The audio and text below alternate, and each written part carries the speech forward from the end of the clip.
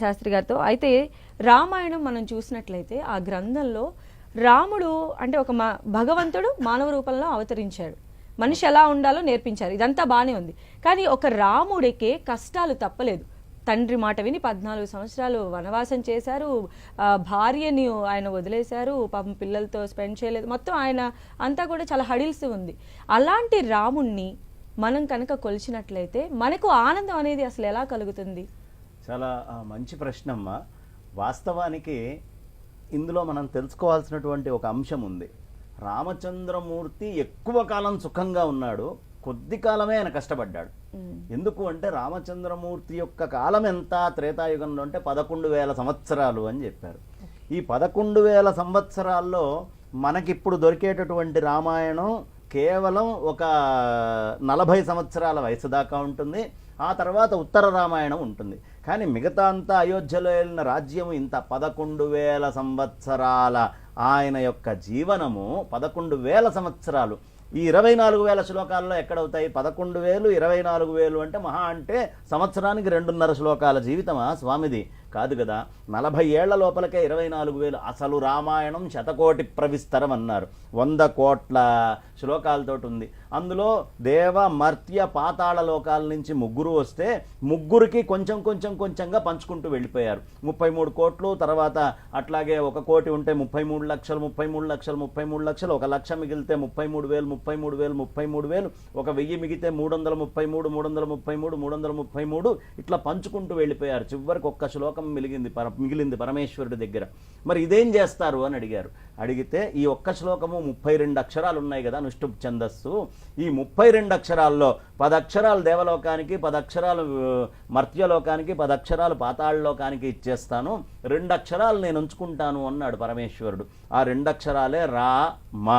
ఈ 2 అక్షరాలని ఆయన దగ్గర పెట్టుకున్నారు. కాబట్టి ఇప్పుడు మనకి దొరుకుతున్నటువంటి రామాయణము చాలా కొద్ది భాగం, శతకోటి ప్రవిస్తరంలో ఈ అన్ని ఖండాంతరాల్లో కొద్దిగా తీసుకుంటే అంత వ్యాప్తి చెందినటువంటి దాంట్లో మనం కొద్దిగా చూస్తున్నాం. కష్టపడ్డాడు అనే భ్రాంతి మనకు కలుగుతుంది. మానవుడిగా ఆయన జన్మించి మానవుడు చేసేటటువంటి కృత్యాలన్నింటినీ ఆయన ఆచరించారు. కాబట్టి ఇక్కడ అద్భుతం ఏమిటి అంటే, మనమందరం పాపం వాల్మీకి కూడా ఈ అనుమానం వచ్చింది. రాముడు వసంత ఋతువుల్లో పక్షుల్ని చూసి సీతే గుర్తొస్తోంది, చెట్లను చూసి సీతే గుర్తొస్తోంది, ఈ ఋతువులో అంతా సీత గుర్తొస్తోంది, ఎక్కడికి వెళ్ళినా సీత అమ్మవారు గుర్తొస్తుంది అని ఏడ్చేటప్పటికీ మానవులందరూ అనుకుంటున్నారట, అయ్యయ్యో రాముడికి ఎంత కష్టం వచ్చింది, రాముడికి ఎంత కష్టం వచ్చింది అని. ఓరి రామనామాన్ని చెప్పుకుంటేనే కష్టాలు పోతాయి, ఎట్లాంటిది రాముడికి కష్టం వచ్చిందని మీరు ఏడుస్తారేమిట్రా అని వాళ్ళందరికీ అసలు అర్థం కావాలి ఏమిటి కష్టము అని వాల్మీకి వారు ఆనంద రామాయణం అని ఓ రామాయణాన్ని రాశారు. ఆనంద రామాయణం అంటే రాముడు ఎక్కడా ఏ విధమైన కష్టము పడలేదు. ఈ ఆనంద రామాయణం పూర్ణంగా లభించి చదవటం అనేది ఎన్నో 10 జన్మల తపస్సు ఉంటే తప్ప లభించేటటువంటిది కాదు. ఈ ఆనంద రామాయణంలో సీతా అమ్మవారితో సహా ఆయన దండకారణ్యంలోకి వచ్చారట.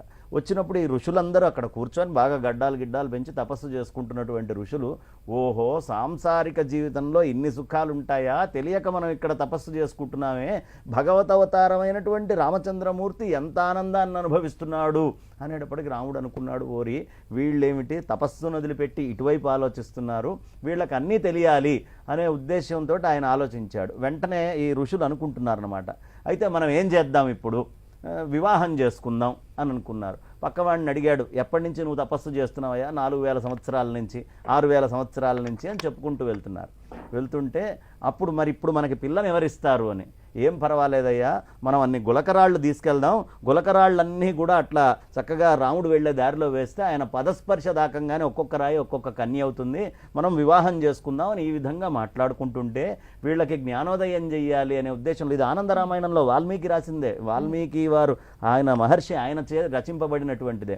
అక్కడ అలా వేద్దామని అనుకుంటే అప్పుడు రామచంద్రమూర్తి ఓహో ఇలా ఉందా అని సీతా అమ్మవారి యొక్క అపహరణ జరిగిన తర్వాత ప్రతిదాన్ని చూసి బాధపడుతూ ప్రతిదాన్ని చూస్తూ రోధిస్తున్నారట. అప్పుడు ఈ ఋషులు అనుకున్నారు, ఓరి రాముడంతటి వాడికే ఒక్కసారి వివాహమై కాస్త అపహరణ జరిగితే ఇంత ఏడుపు వస్తోంది అంటే ఈ యొక్క సంయోగంలో ఇన్ని కష్టాలు ఉంటాయా, ఆయనే ఇంత కష్టపడుతుంటే మనం ఎంత కష్టపడాలి, చీచి వద్దు మనం తపస్సే చేసుకుందాం అనే ఉద్దేశంతో వాళ్ళు మళ్ళీ తపస్సు అనేటటువంటిది నిర్వహించుకున్నారు. రామచంద్రమూర్తి కేవలము సంకేతంగా చూపిస్తాడు. రాముడికి ఎప్పుడు కోపం రాదు, కోపం తెచ్చుకుంటాడు. రాముడికి ఎప్పుడు దుఃఖం రాదు, దుఃఖం తెచ్చుకుంటాడు. ఆయన ఎందుకు తెచ్చుకుంటాడయ్యా అంటే మానవ జీవితము ఆయన అనుభవిస్తున్నారు కాబట్టి దాన్ని చూపించడానికి. మనకి ఒక గొప్పతనం ఏమిటంటే రామాయణంలో మొత్తము ఒక ఇన్ని వేదాలు, ఇన్ని ఉపనిషత్తులు, ఇన్ని ధర్మశాస్త్రాలు ఇన్నిన్ని చెప్పారు కదా, ఇన్నిటినీ ఒక మానవుడు ఆచరించగలడా అని ప్రతి మనిషికి అనుమానం వస్తుంది. కాబట్టి ఈ అనుమానము, ఈ శంకని నివృత్తి చేయడం కోసం శ్రీమన్నారాయణుడే రామచంద్రమూర్తిగా ఒక సామాన్య మానవుడిగా అవతారమెత్తి ఏ ఒక్క దగ్గర దివ్యమైన ఆయన మహత్తులేవి వాడకుండా మానవుడిగా ఆ ధర్మాలన్నిటినీ ఆచరించి మనకి చూపించి అయ్యా ఇది మానవుడు ఆచరించగలిగిందే అనే విషయాన్ని మనకి స్పష్టంగా అక్కడ తెలియపరిచారు. కాబట్టి రామాయణం ఏం చెప్తుంది, రాముడు ఏం చెప్తాడయ్యా అంటే రాముడి యొక్క చరిత్ర అక్కర్లేదండి. రామ అంటే చాలు కష్టాలన్నీ తొలగిపోతాయి. రామ నామాన్ని పట్టుకుంటే చాలు. రామ రామాయనుచు నిరతము మదిలోన స్మరణ చేయుము ఓయి మనసా, రామనామము తక్క అన్యమంతయుగూడ నీ స్వరూపముగాదు మనసా. కాబట్టి రామ రామ రామ రామ అనుకుంటే చాలు, అదే కష్టాలను తీర్చేస్తుంది. అంత మహత్తరమైనటువంటిది రామనామము. అందుకే ఆనందరాముడు, ఆనంద రామాయణం, ఆనందరాముడు.